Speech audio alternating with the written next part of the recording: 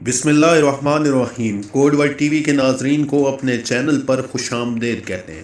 ناظرین اکرامی، روس اور یوکرین کے درمیان محاذ اس وقت کافی گرم ہے اور لگ ایسے ہی رہا ہے کہ روس کسی بھی ٹائم یوکرین پر حملہ کر سکتا ہے۔ اگرچہ روسی صدر کئی بار کہہ چکے ہیں کہ ان کا یوکرین پر کرنے کا کوئی ارادہ نہیں ہے، لیکن دنیا اس بات سے بے خبر ہے، جبکہ امریکہ کا ماننا یہی ہے کہ روس یقیناً یوکرین پر حملہ کرے گا۔ روسی صدر نے بھی دھمکی دی ہے کہ وہ ایک بہت بڑا اقدام اٹھانے جا رہے ہیں، جو کہ یقیناً تازہ ترین کارروائی میں روسی فوجیوں اور سرحدی محافظوں نے روس میں داخلے کی کوشش پر یوکرین کی مسلح فوجی گاڑیوں کو تباہ کر دیا ہے۔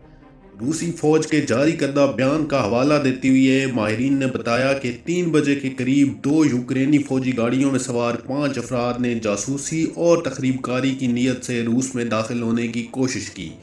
جس پر روسی افواج نے مستعدی کا مظاہرہ کرتے ہوئے گاڑیوں کو تباہ کر دیا۔ فوج کا یہ بھی کہنا تھا کہ گاڑیوں میں سوار تمام افراد ہلاک ہو چکے ہیں، جبکہ تصادم میں کسی روسی فوجی کی ہلاکت واقع نہیں ہوئی۔ یوکرین نے اس خبر کو مسترد کرتے ہوئے کہا کہ روستوک علاقے میں جہاں یہ واقعہ مبینہ طور پر پیش آیا، وہاں یوکرین کی کوئی فوج موجود ہی نہیں تھی۔ تو ناظرین اکرامی، آخر روس نے یہ بات کیوں کہی کہ اس نے یوکرین کی گاڑیوں کو تباہ کر دیا ہے؟ یقیناً وہ کسی بھی قسم کا کوئی الزام لگا کر یوکرین پر حملہ کرنے کے لیے پر تول رہا ہے، جبکہ اس سے پہلے روس نے ایک خبر جاری کی تھی کہ اس نے اپنے فوجیوں کو یوکرین کی سرحد سے واپس بلانا شروع کر دیا ہے، جبکہ سیٹلائٹ کی تصویر سامنے آنے کے بعد یہ بات دیکھی گئی کہ روسی فوجی جہاں کے تہاں موجود ہیں، بلکہ یوکرین میں باغیوں نے اپنی کارروائیاں مزید تیز کر دی ہیں اور یقیناً روس انہیں پوری طرح سے مدد فراہم کر رہا ہے۔ اب کہ جب یہ واقعہ دونوں ممالک کے درمیان جاری کشیدگی کے دوران پیش آیا ہے، جس میں مغربی ممالک روسی حملے کی وارننگ جاری کر رہے ہیں اور روس متعدد بار اس قسم کے منصوبے کی تردید کر چکا ہے، لیکن وہ کہتے ہیں کہ دال میں کچھ کالا ہے، یہاں بھی ایسے ہی لگ رہا ہے کہ بالآخر روس جو ہے وہ یوکرین پر حملہ کر دے گا، لیکن یہ بات تیسری عالمی جنگ کی وجہ بن سکتی ہے، کیونکہ امریکہ اور اس کے اتحادی کئی بار یہ کہہ چکے ہیں کہ اگر روس نے حملہ کیا تو وہ یوکرین کا دفاع کریں گے۔ روسی صدر ولادیمیر پوٹن نے کہا ہے کہ یوکرین تنازع کے لیے پرامن حل کے امکان کو مسترد کرتے ہیں، اور وہ یہ کہہ رہے ہیں کہ یوکرین سے علیحدگی کا اعلان کرنے والی ریاستوں کو تسلیم کرنے کا ارادہ رکھتے ہیں۔ عالمی خبر رساں اداروں کے مطابق صدر ولادیمیر پوٹن نے کہا وہ یہ نہیں سمجھتے کہ یوکرین فوج اور روس نواز باغیوں کے درمیان بیلاروس میں 2015 کو طے پانے والے معاہدہ اب تنازع کے حل کے لیے قابل عمل رہا ہے، جبکہ ماہرین بھی یہ بات مان رہے ہیں کہ روس یقیناً اس معاہدے سے پھر چکا ہے، کیونکہ اب روس اس معاہدے کی مزید پاسداری کرنا نہیں چاہتا۔ جبکہ روسی صدر نے مزید کہا کہ یہ معاہدہ فرانس اور جرمنی کی موجودگی میں یوکرین نے طے کیا تھا، جو اب تک مؤثر ثابت نہیں ہو سکا ہے، اور ان حالات میں اس کی کوئی حیثیت باقی نہیں رہی ہے۔ جبکہ فرانس اور جرمنی بھی اس معاہدے کے ٹوٹنے کا جو الزام ہے وہ روس پر لگا رہے ہیں، اور وہ کہہ رہے ہیں کہ اگر کسی قسم کی کوئی جارحیت روس یوکرین پر کرتا ہے تو وہ یوکرین کا ساتھ دیں گے،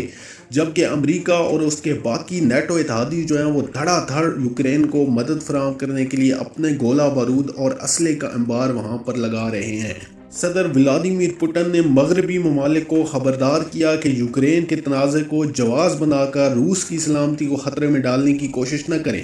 بصورت دیگر وہ اپنے دفاع کا حق رکھتے ہیں اور یقیناً وہ اپنے دفاع کے لیے کارروائی کریں گے۔ جبکہ فرانس نے روس پر پابندیاں عائد کرنے پر زور دیا ہے اور کہا ہے کہ روس پر سخت ترین قسم کی پابندیاں جو ہیں وہ عائد کی جائیں۔